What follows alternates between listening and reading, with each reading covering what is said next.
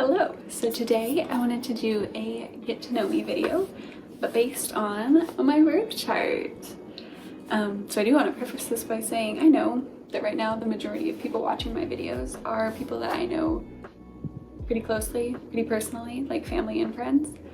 And I do recognize that the majority of my family are very Christian and reject even the notion of astrology, but still, their love for me or their curiosity overcame them and they are here watching this video, and for that, thank you. I appreciate it. Thank you. So this video is just going to be a fun way to introduce myself, but using my birth chart as a guide. So as you will see, I do think truly that I am one of the most Aquarius people to ever exist, and don't even try to argue with me until you watch the rest of the video, okay? I do want to begin by clarifying that my knowledge of astrology is pretty amateur. I've been learning about it in my free time as a hobby for about a year now, and I love it. I do take a pretty modern approach to it, and I do follow the modern planetary rulers of Uranus, Neptune, and Pluto. I don't know. Like I said, I take a modern approach to it. I don't believe in bad placements or just terrible destinies. I just think that in life we have certain obstacles to overcome, certain lessons to learn, and they're there to make us stronger, to help us grow, to give us a more fulfilling life overall. And I know that that's kind of a wishy-washy stance compared to traditional ancient astrology, but that's just how I view life in general. So, like I said, I do think that I am extraordinarily Aquarius. And I know some of you might be saying, oh, well, my friend, she's an Aquarius sun, and she is like the poster child of Aquarius. She's so quirky. I'm like, that's great, good for them, but I am not just talking about an Aquarius sun. In fact, I am not just talking about a traditional Aquarius stellium. For those of you who don't know, a stellium is like a placement of like 3 or more placements within a certain sign or a certain house. But yeah, I not only have a stellium of 3 in Aquarius, not 4, not even 5. I have six Aquarius placements in my chart. So from here on out, that's going to be called my super stellium, okay? Because that is a super stellium. Oh my god, that's a lot. And maybe it's ironic, or maybe it's super convenient and appropriate that I have this insane super stellium in Aquarius, because, well, Aquarius is like the epitome of being unconventional and almost obnoxiously unique. But I can't tell you how affirming it was to learn about this and see how it translated into my personal life and my experiences throughout my life. It made a lot of sense, and it's become a comforting thing to know, and honestly, I'm proud of it. I love it, and that's why I'm sharing it with you today. So let's walk through my chart, shall we? So I'm not going to be sharing my exact chart or giving you like specific degrees, because I guess there's that off chance that some psycho is going to like reverse engineer the information and find out very personal details about myself. But I will be sharing what signs my planets are placed in, and I might mention a house or two as it's relevant, or also mention certain movements in recent years that have been relevant or significant to me. So let's start with my Aquarius sun. We all know I have an Aquarius sun. So for those who don't know, your sun is kind of like your overall identity. I know that's super generic, super basic, kind of overrated in my opinion. That's just what it is. Now, I do feel like it is a bit of a cliche tendency for Aquarius suns to be like, oh, I just feel so misunderstood. I'm just so unique. I'm so different. Because every single person who's ever lived has felt like that at various points throughout their life, maybe even various points throughout their day. But in their defense, I do think, in our defense, I do think that we get hit extra hard with that. The difference is we don't really care as much, because it is kind of our destiny to be that different outsider. Of course, I say we don't care, but obviously as human beings, we do need to feel like we belong. We do need to have a sense of community, to not feel constantly left out or even alien at times. Because being the odd man out all the time does take a toll on you. At the end of the day, like, this unique confidence is a mask, and it's a mask that we wear really well, but it is still a mask that we want to take off and be open and vulnerable once in a while.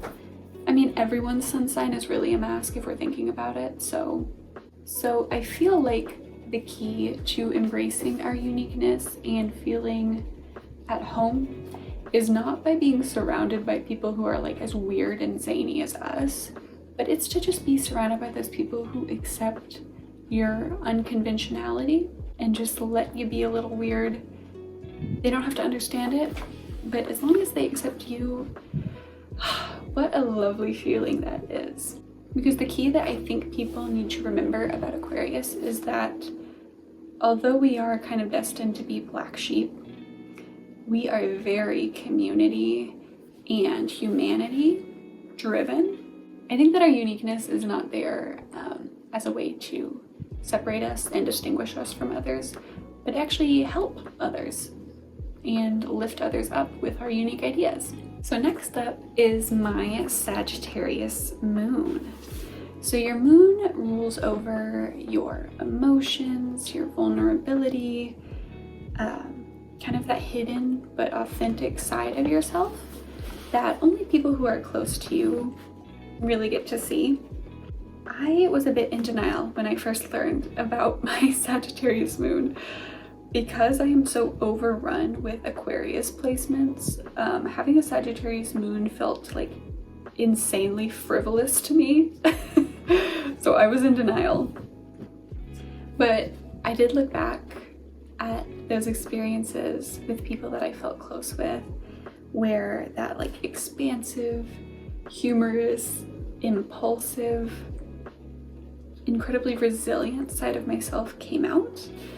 Before learning about astrology, I was very confused about why I had this sort of like personality shift, where I came alive and that I wasn't detached and like super logical when I was around people that I was close to, and it made a lot of sense once I learned about my Sagittarius moon.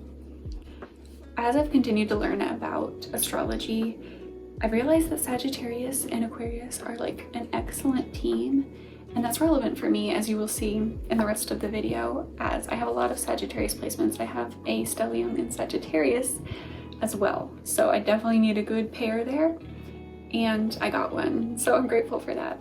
So now for my Aquarius rising. Your rising sign, also called your ascendant, it like rules other people's impressions of you, specifically like strangers. It's the vibe that you give off to people who don't really know you that well. It's very shallow, like I said, kind of the opposite of your moon sign, if that makes sense. And there's two aspects to it. There's the physical side, the physical impression that people get of you, and also the emotional, mental side. So let's talk about the physical side first. And this cracks me up because if you will read like people's generic assessments of certain rising signs, the one thing that everybody says about Aquarius is you look weird. Like you've got a unique look. You look kind of crazy. And I'm like, okay, aside from that being like a really backhanded compliment, I didn't feel like it resonated a lot with me. I could be wrong. I could be in denial. Maybe I'm not objective enough. But I don't think I have like a weird vibe physically. Like I don't feel like I style myself in a weird, unconventional way. Truthfully, for the majority of my life, I dressed very like meek and mild. Like even during my teenage years, when you're supposed to be like experimental and rebellious and angsty, I was dressing like a 35-year-old accountant.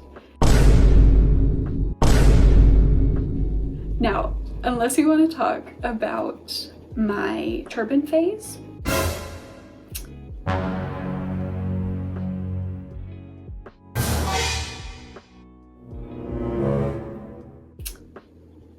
maybe that was my Aquarius rising coming through. I don't know. The only way that I see my Aquarius rising coming through is maybe through my curly hair. I realized that my camera was slowly sliding down, so I'm not gonna restart. We're just gonna start from here. We're gonna acknowledge it and we're gonna move on. So as I was saying, I think that maybe my Aquarius rising is coming through a bit through my hair.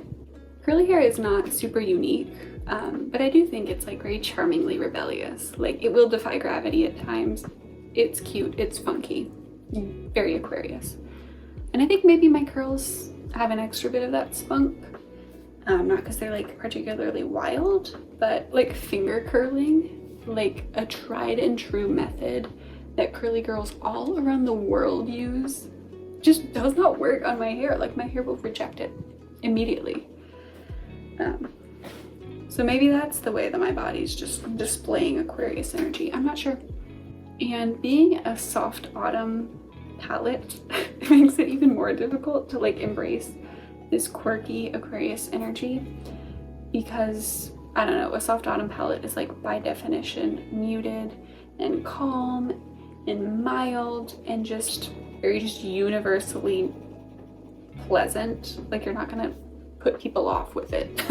It's not bold, it's not Aquarius at all.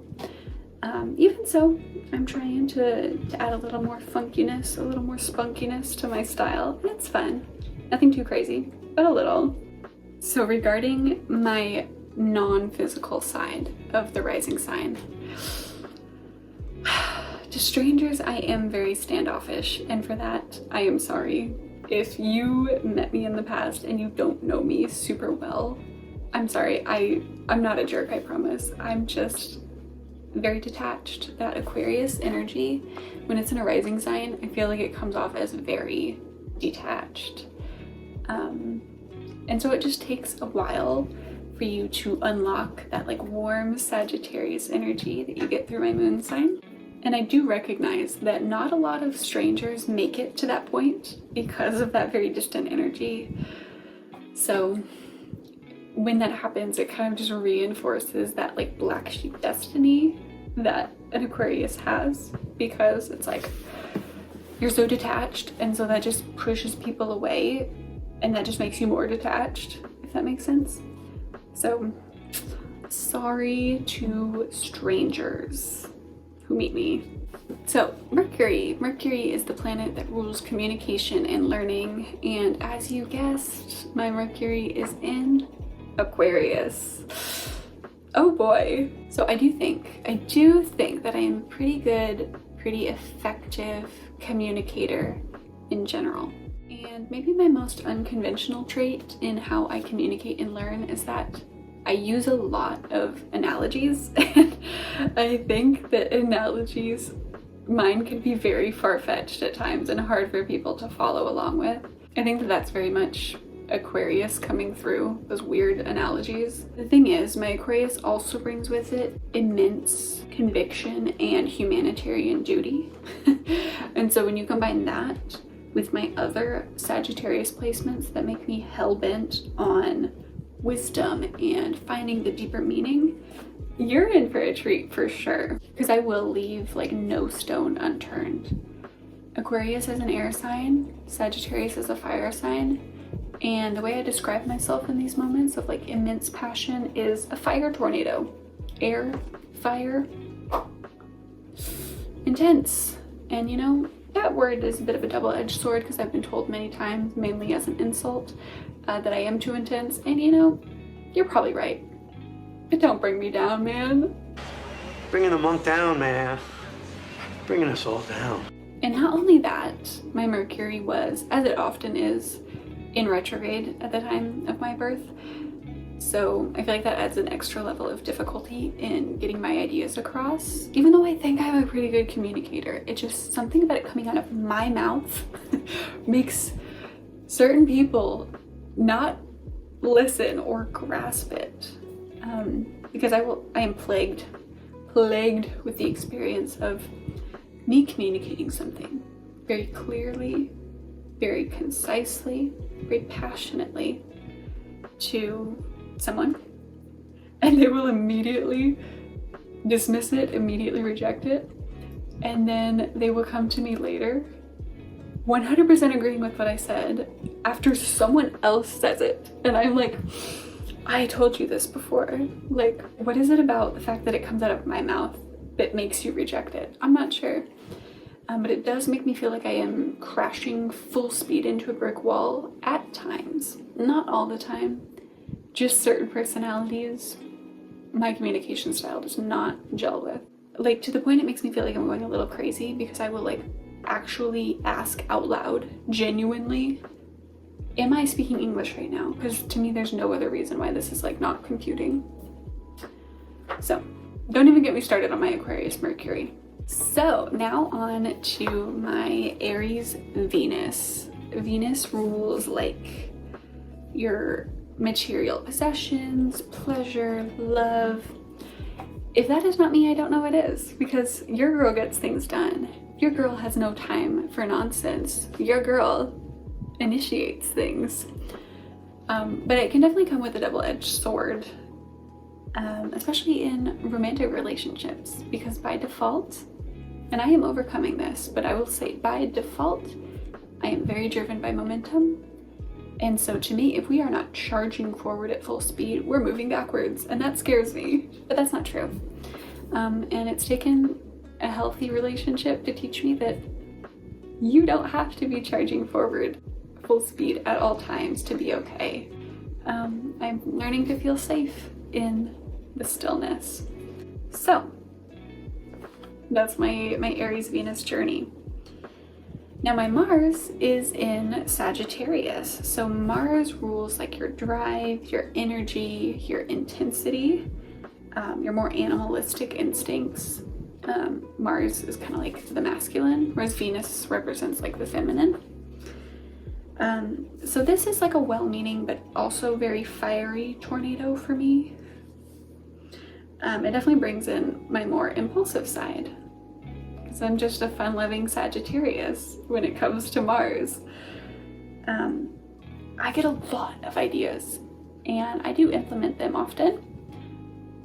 Do I always follow through? No, because to me, I really need to believe in the deeper meaning. There's a Sagittarius coming through, the deeper meaning behind it, and it needs to feel genuine and important. And if it stops feeling like that, I will burn it down. It just has to feel authentic and meaningful to be worth my time. So now my Jupiter is in Gemini, and Jupiter rules like luck, abundance, growth, generosity, etc. And this does feel very significant for where I'm at in my career and my education, the Gemini placement, because I'd like to believe that this is kind of my little good luck charm for restarting my YouTube channel, but from a more curious and authentic and less polished place. So I'm excited. I'm gonna consider it my good luck charm for this project. My Saturn is in Taurus, and I'm trying not to hate on Saturn's very restrictive, disciplined energy, because Saturn is there to help us overcome our fears and to like face our difficulties. Saturn being in Taurus, though, has always really affected my sense of security and safety in the material world, especially just regarding resources, money, etc. And I really came face to face with this fear in the last few years, because I had my first Saturn square, also called like your first Saturn crisis, in which Saturn was squaring off with some things. And so my financial security, my relationship with money got like a 1-2 punch, man. It was rough, and I am still recovering from that, honestly. Still feeling the aftershocks of that, especially because I just held on for so long. I'm a little stubborn, and I think I maybe would have gotten through it faster if I had held on, but I also didn't know what was happening at the time, and now it makes a lot of sense. But I do think that it has affected my relationship with money for the better, and I have a whole new purpose and vision behind the resources that I'm given in this lifetime. So my Uranus and my Neptune are both in Aquarius. So Uranus is going to rule your originality, your innovation. It's focused on the large scale future of humanity as a whole. And it is also the ruler of, you guessed it, my beloved Aquarius. So it feels very at home in this placement. Uranus and Aquarius, very harmonious. And the thing is, it's actually in my first house. So it deeply affects my sense of identity and my purpose in this world. Because I am a revolutionary. I do feel an immense sense of humanitarian duty. And it really is genuine. It's not performative at all. But it can be overwhelming because I put the duty of changing and improving the world solely on my shoulders. Not because I think I'm God. I feel such a heavy obligation for humanity as a whole. And that's a very Aquarius thing, but it just hits me really hard with it being in my first house and it being Uranus and Aquarius. But I am trying to remind myself that there are certain things in life that I am called to focus on. I've been put here to do certain things, not to do everything. And there are other people in this world who can carry the torch and do their part, and together we can make it happen. So it doesn't need to be all on my shoulders. But I do always have the feeling of like time is running out. I can't waste a single second on doing anything frivolous. Like I even felt a little guilty making this video because it's not important at all. But balance, baby. So Neptune, like I said, is also in Aquarius, and it is the ruler of like dreams and inspiration, spirituality, kind of like the psychic side of things too. Now these two, Uranus and Aquarius, they are slow-moving generational planets, so it's not like unique that they are in Aquarius because everyone my age has them in Aquarius. But I would like to make one note that because of this, I've never been that kind of person who has felt like an old soul or felt like they were born in the wrong generation. I feel very at home in my generation because I have such immense Aquarian energy in the other areas of my life. My generation being strongly tied to Aquarius, harmonious, it makes sense to me. I'm where I'm supposed to be. So my Pluto is in Sagittarius. Pluto rules the subconscious, it rules death and rebirth. And again, this is a generational placement too, very slow moving. So there's nothing particularly unique. Like I said, people my age have their Pluto in Sagittarius as well. But its position in my 10th house is significant because not only is Pluto in my 10th house, but my 10th house is also ruled by Scorpio, and Scorpio is ruled by Pluto. So it really is like a double whammy of that Plutonic energy of destruction and resurrection. So your 10th house is very public. It's like associated with your career, your public image, and your public mission. And because of that, I am prone to a lot of restructuring, renewal, revamping in my career specifically. And I did see this play out pretty recently because shortly after my Saturn square, when I was still dealing with that, Pluto left my 12th house in Capricorn and entered my first house in Aquarius, which of course ended up completely torching my career. So that was rough, but it did free me up to pursue a more authentic and aligned path.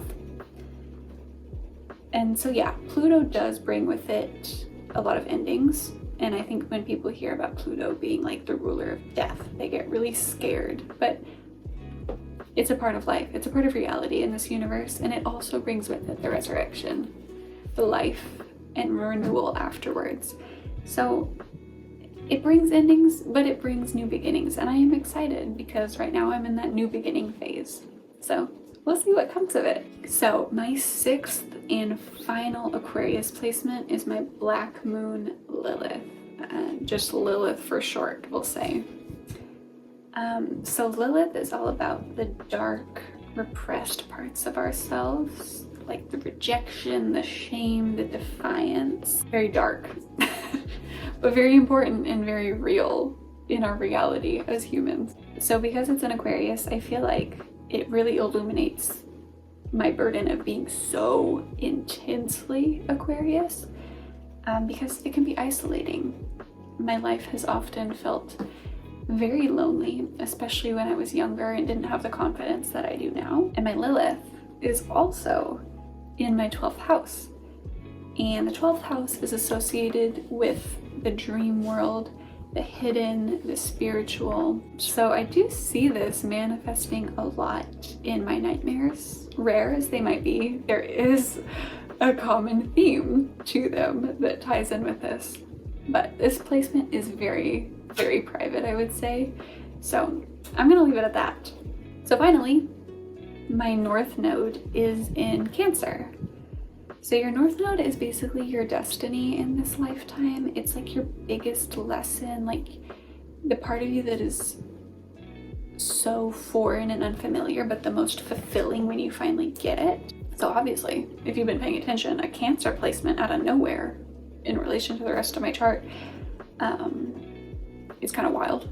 It really highlights how foreign it is to me. So this one's going to be a journey, a lifelong journey, I feel. But that's the thing, it's going to be fulfilling.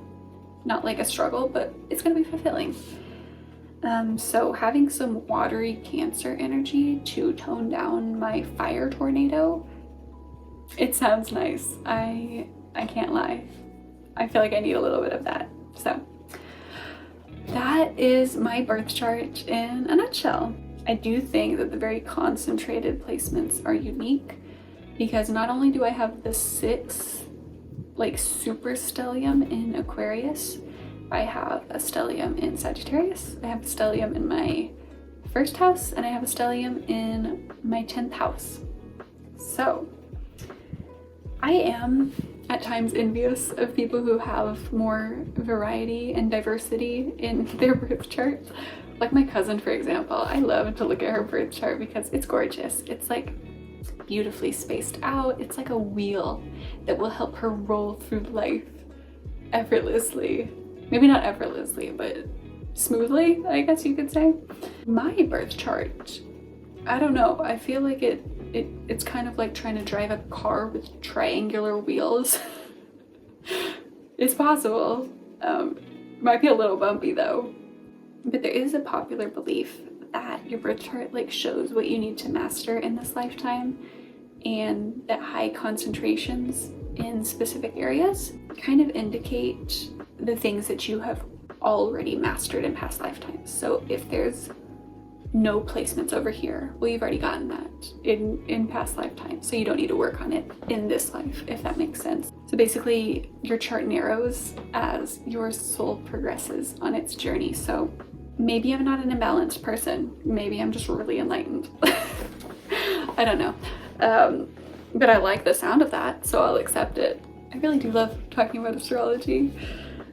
It's a new interest for sure, and I did begin learning about it very skeptically. Like, I was pretty skeptical, but it has proven to be very accurate.